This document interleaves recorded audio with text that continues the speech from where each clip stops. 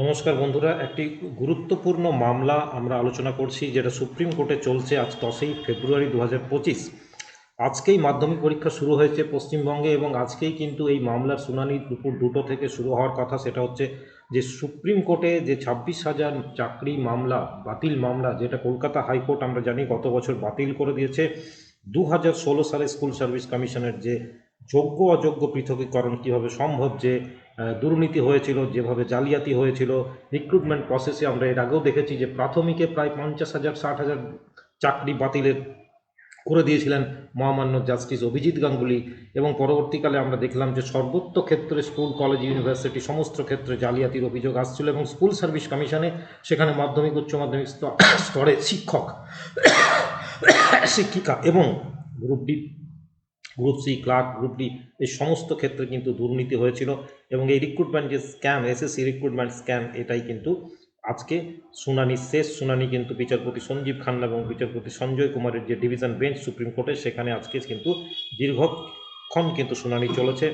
27শে জানুয়ারি এই মামলার শেষ শুনানিতে মূল মামলাকারীদের হয়ে আদালতে জোরালো যে সওয়াল করেন তাদের আইনজীবী বিকাশ ভট্টাচার্য এবং ফিরদৌস শামীমরা। বিকাশবাবু কিন্তু আরও পরীক্ষা নেওয়ার সপক্ষেই কিন্তু সওয়াল করেন যে পরীক্ষা নেওয়ার মাধ্যমেই কিন্তু যোগ্য অযোগ্যদের পৃথকীকরণ সম্ভব।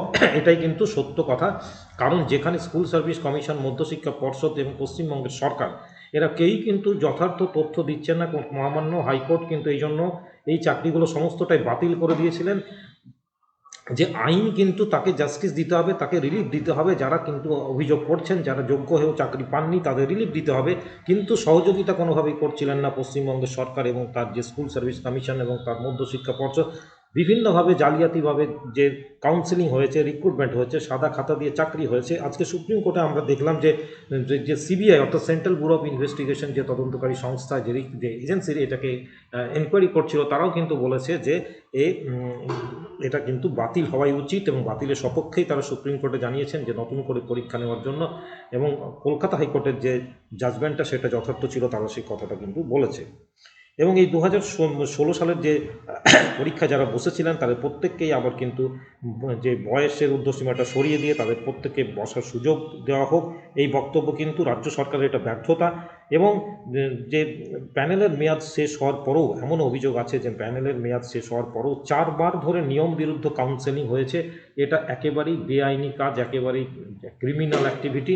যে প্যানেল শেষ হওয়ার পরও তার একটা লিমিট থাকে যে প্যানেলটা এক্সপায়ারি করার, তারপরেও কিন্তু এই কাজটা করা হয়েছে। এবং এর জন্য যে আইনজীবী ফিরদৌস শামীম, তিনি কিন্তু দাবি করছেন এসএসসিকে 500 কোটি টাকা জরিমানার জন্য। এবং 10ই ফেব্রুয়ারি এই মামলাতে কিন্তু আজ কিন্তু জাস্টিস শেষ করবেন।